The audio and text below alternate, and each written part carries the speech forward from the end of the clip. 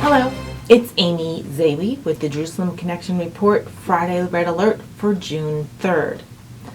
BDS and future generations. This is a grave concern.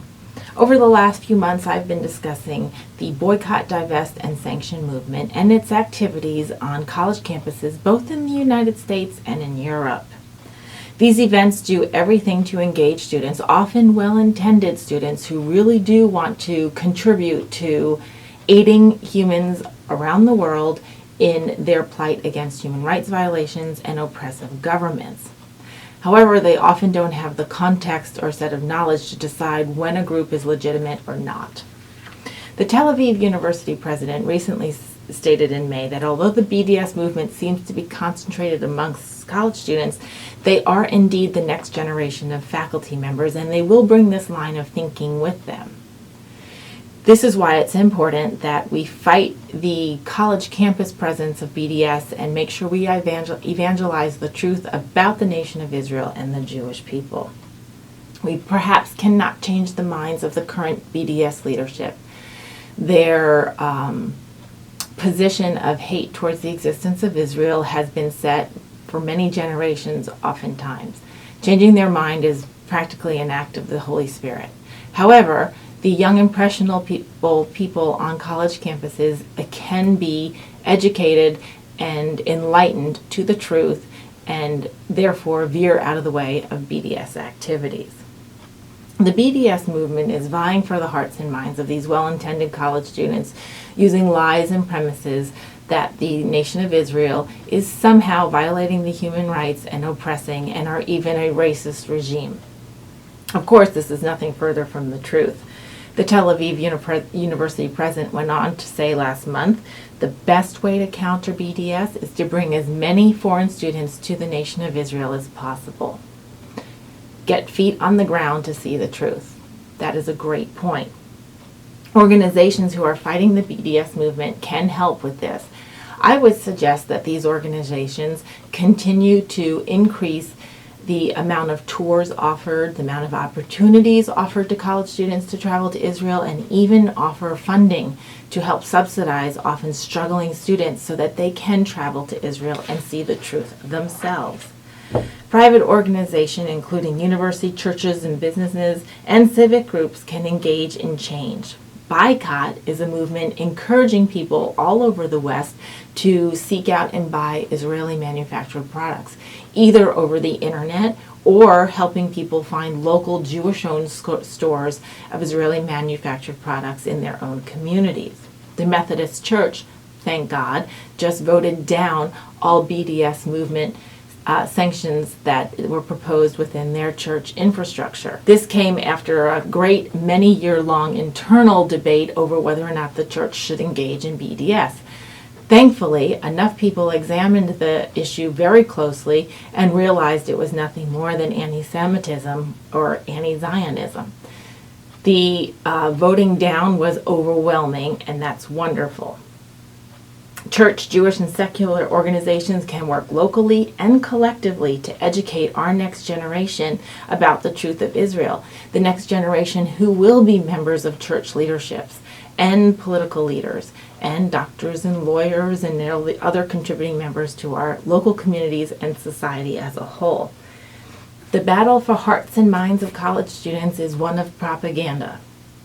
It's PR and marketing and branding of the nation of Israel, and we cannot let the lie take hold in their hearts or minds. Therefore, we must support the groups already on campuses today, helping to evangelize the truth about Israel and set the record straight.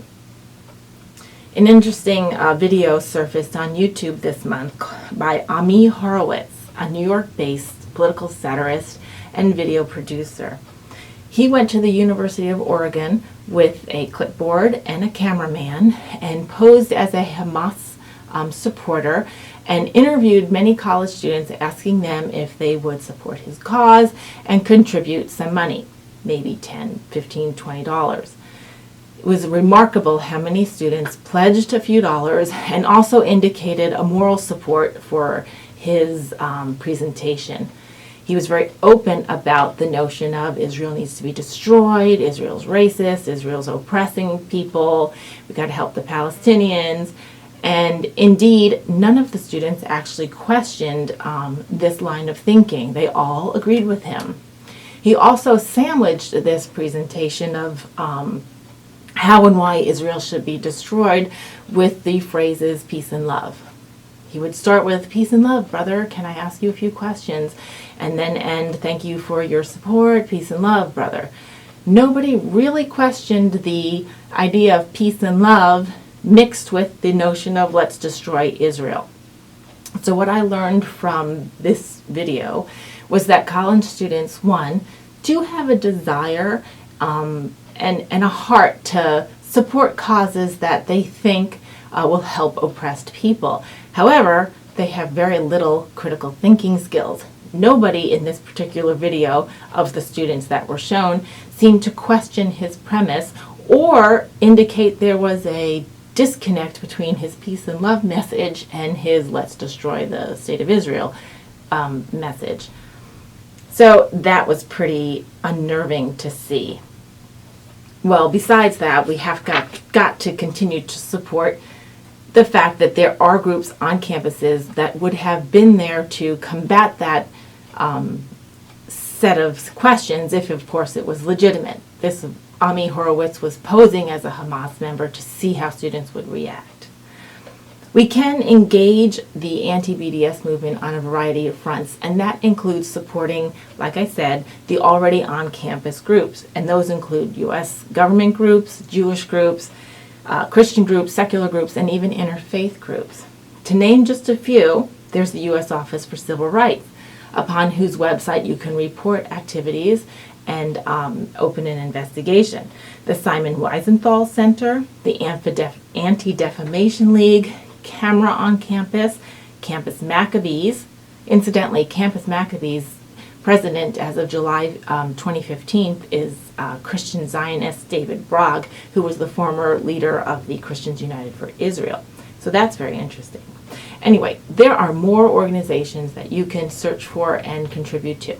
If you happen to live near a college campus, you maybe perhaps not only can donate a few dollars, but your time and your energy to go to the campus, hand out information, talk to people. If you're not near a college campus, simply be talking to the college-age folks in your family, in your neighborhood, at your church, and make sure they understand the truth. We cannot change the hearts and minds of the BDS leadership, but we need to make sure they are not recruiting more soldiers for their cause. Shavua Tov, have a great week. Shabbat Shalom.